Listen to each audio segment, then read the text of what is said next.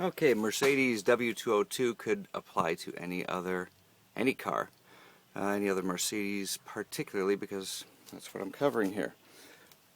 Lumbar support from the factory, crap, for my back anyway. My back's a little smoked, but there is a way to quickly remedy that. You can take off the back seat panel. There's two screws on the bottom. There's two Phillips screws. Let's put that aside. You just take these two Phillips screws off at the bottom and slide the whole back support down. And then the hole inside the seat is available. What I've done here, the original back lumbar support is this metal bar back in there. It's hard to see. See that big, larger metal bar? It just kind of pushes in the middle of your back. You could take a screwdriver or a pry bar and pry up on that thing, and it will push further ahead on the seat. It'll push the seat forward and give you some more lumbar support.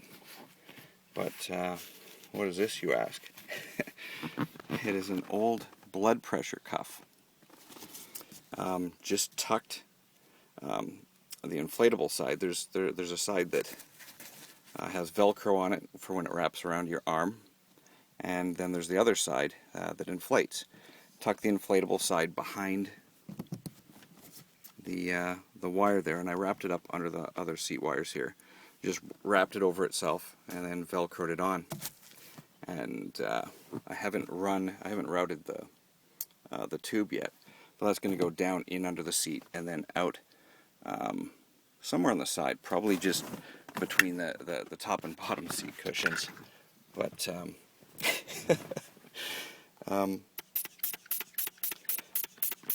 now have inflatable lumbar support, and it's kind of hard to see the movement in this video, but it does work perfectly.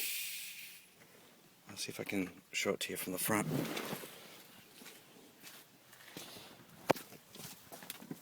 Let's see if we can see this thing moving or not.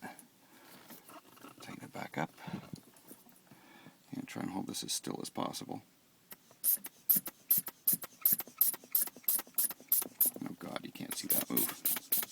Oh, maybe you can a little bit. Hard to tell, but it is moving. There, you can see it deflate. And I can guarantee you, sitting in the seat, yeah, oh, that works perfectly. Absolutely perfect. Dead in the center of the back, and completely adjustable. But the only, well, it's going to be hard to explain to your friends what the hell this is doing sitting in your car. It kind of looks odd. But, you know, I mean, it'd just be tucked under the seat when you're not using it, tucked out the side. I mean, how often are you going to adjust it? But it's like a 5-minute modification in it. If you got a bad back, even if you don't, this is hell. This is great. Now, if you've got a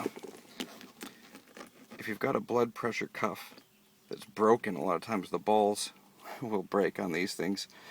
We had two in the cupboard at home. Girlfriend's a nurse, don't ask.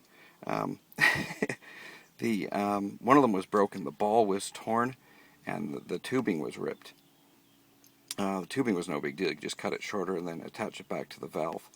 But the broken ball means that I wouldn't be able to pump it up.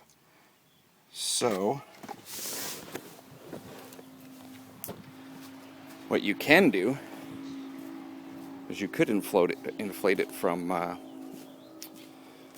you could still use the deflation valve. Just hook that in line. It only goes one way. Make sure to check it if you're going to do this and put it in the proper way. And at the other end where the ball would have been, I just took an air valve from a tire valve stem. Yeah, it's stuck in there. Hold on a second, let me pull it out. Ouch. Anyway, the rubber part of the valve stem I just cut off and then polished on a wire wheel, and that just slips into the tubing really, really easy. I'm going to be gluing the ends anyway, but it just slips into the tubing. And I don't know what a blood pressure cuff looks like.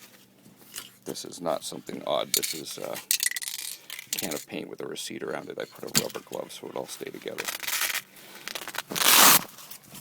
Okay, so this is a blood pressure cuff, and you're going to have two tubes on it. You're going to have the tube with the pump, and then the tube with the pressure meter. I just on the other one I cut the tube with the pressure meter down here, and then I took a golf tee and I cut it in half so that the sharp end wasn't inside the bladder, and then just stuck the golf tee in and glued it in to block off this end, because this is the side you want. And you can save this for checking exhaust pressures and stuff like that. They are useful in the garage. It's a sphygmometer. How do you spell that? How do you say that? Sphygmometer. Yeah, whatever. Anyway, yeah, really cool, quick mod, and it does a wonder on your back.